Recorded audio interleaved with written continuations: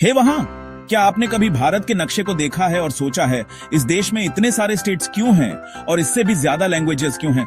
मेरा मतलब है, आप जहां भी जाते हैं आपको हेलो कहने का एक नया तरीका सुनाई देता है। आज चलो इस इनक्रेडिबल पजल को सुलझाते हैं आसानी से और थोड़े मजे के साथ। तो यहाँ एक वाइल्ड फैक्ट है, भारत में 28 स्टेट्स और 8 यूनियन टेरिटोरीज हैं। और गेस क्या?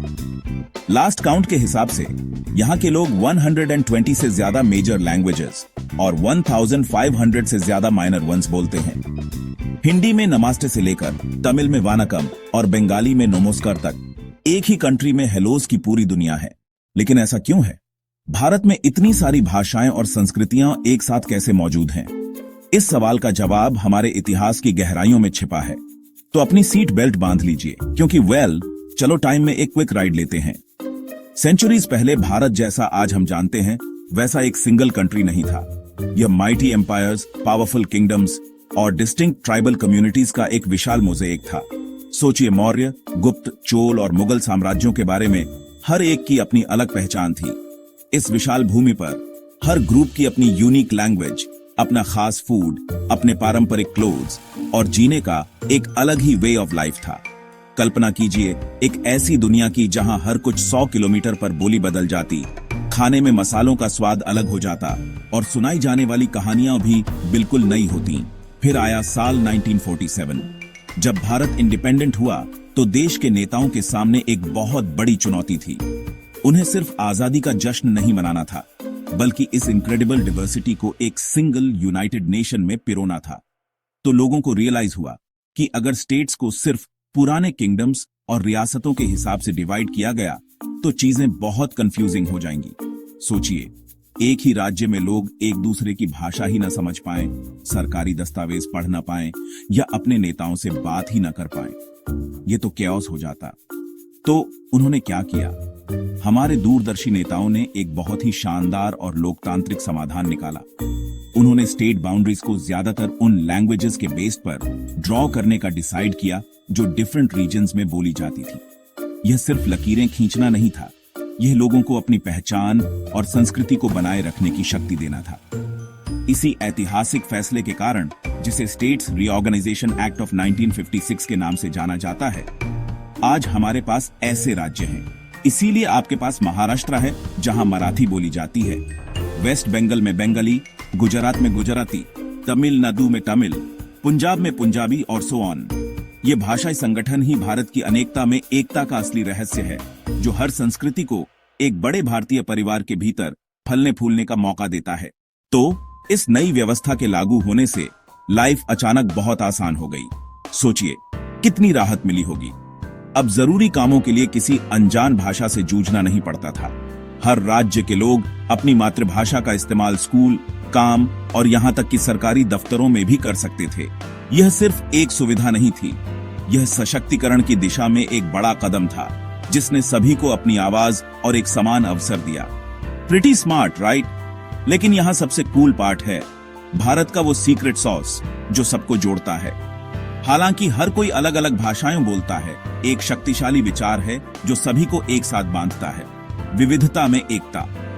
भारत को एक शानदार मोज़ेक की तरह सोचिए।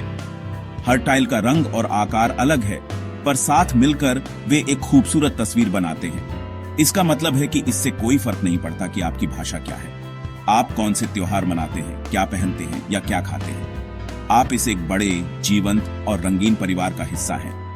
आइए इसे एक्शन में देखने के लिए एक वर्चुअल टूर पर चलते हैं। मुंबई की हलचल भरी सड़कों पर आपको मराठी और हिंदी का मिश्रण सुनाई देगा। थोड़ा दक्षिण में केरल चलिए और आप सुंदर मलयालम भाषा सुनेंगे। पूर्व में कोलकाता में आप बंगाली की मीठी ध्वनियों में डूब जाएंगे। और अगर आप सच में एक भाषाई रोमांच चाहते हैं तो उत्तर पूर्व की यात्रा करें। नागालैंड, मणिपुर और असम जैसे राज्यों में सैकड़ों अलग अलग भाषाएं हैं, हर एक का अपना अनूठा इतिहास। यह हर कुछ किलोमीटर पर एक नई दुनिया जैसा है। और इंग्लिश का क्या? यह एक ब्रिज लैंग्वेज के रूप में काम करती है, जो देश के हर कोने से लोगों को जोड़ती है। हैदराबाद का एक टेकी पंजाब के एक डिजाइनर के साथ अंग्रेजी का उपयोग करके आसानी से सहयोग कर सकता है। यह आधुनिक व्यापार और इंटरनेट की भाषा है। और भारतीयों ने तो इसे हिंग्लिश जैसे मजेदार हाइब्रिड बनाकर अपना ही बना लिया है। यह भारत की अनुकूलन क्षमता का एक जीता जागता उदाहरण है।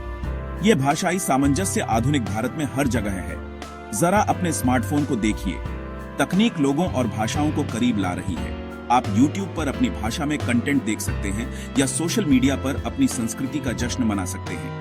ऐप्स तुरंत भाषाओं का अनुवाद कर देते हैं, जिससे बातचीत और भी आसान हो गई है। तो चाहे आप क्रिकेट के लिए चीयर कर रहे हो, समोसा ऑन ऑर्डर कर रहे हो या अपनी फीड स्क्रॉल कर रहे हो, आप हमेशा एक साझा अनुभव का हिस्सा होते हैं। भारत में आप सिर्फ फिट इन नहीं होते, आप यहीं के हैं। Alright, time for a quick quiz. Ready to test your knowledge on India's incredible linguistic tapestry? Let's go. First, a core question about our nation's identity. India के constitution में कितनी official languages हैं? Is it 18, 22 or 28? Think back to the 8th schedule. Next, let's travel south. कौन से state में लोग ज्यादातर तेलुगु बोलते हैं? Hint, there are 2 states where it's the primary language. Can you name one? And for our final question, a personal one. This phrase is the soul of India. Unity in diversity का आपके लिए क्या मतलब है? How do you see it in your daily life? In the food, festivals or friendships you share? अपने answers नीचे comments में drop करो. I can't wait to read your thoughts and see who gets the first 2 right. Let's start a great conversation. And as we conclude, always remember, her language एक story है, a living history of our ancestors. Or her state एक celebration, a vibrant festival of unique customs, food and music. If you learned something new or felt a spark of curiosity, तो उस subscribe button को hit करो and join our community. And please, इस video को अपने friends के साथ share करो. Let's spread the message of India's beautiful diversity. Keep exploring India's colorful map. In our digital age, you can use apps to learn a new word or follow creators from different states. The adventure is just a click away. Remember, her hello, every namaste, vanakkam or kemcho, ek new adventure ki start hai. It's an invitation to connect and celebrate. So be curious and open. See you next time. Subscribe, Yushari.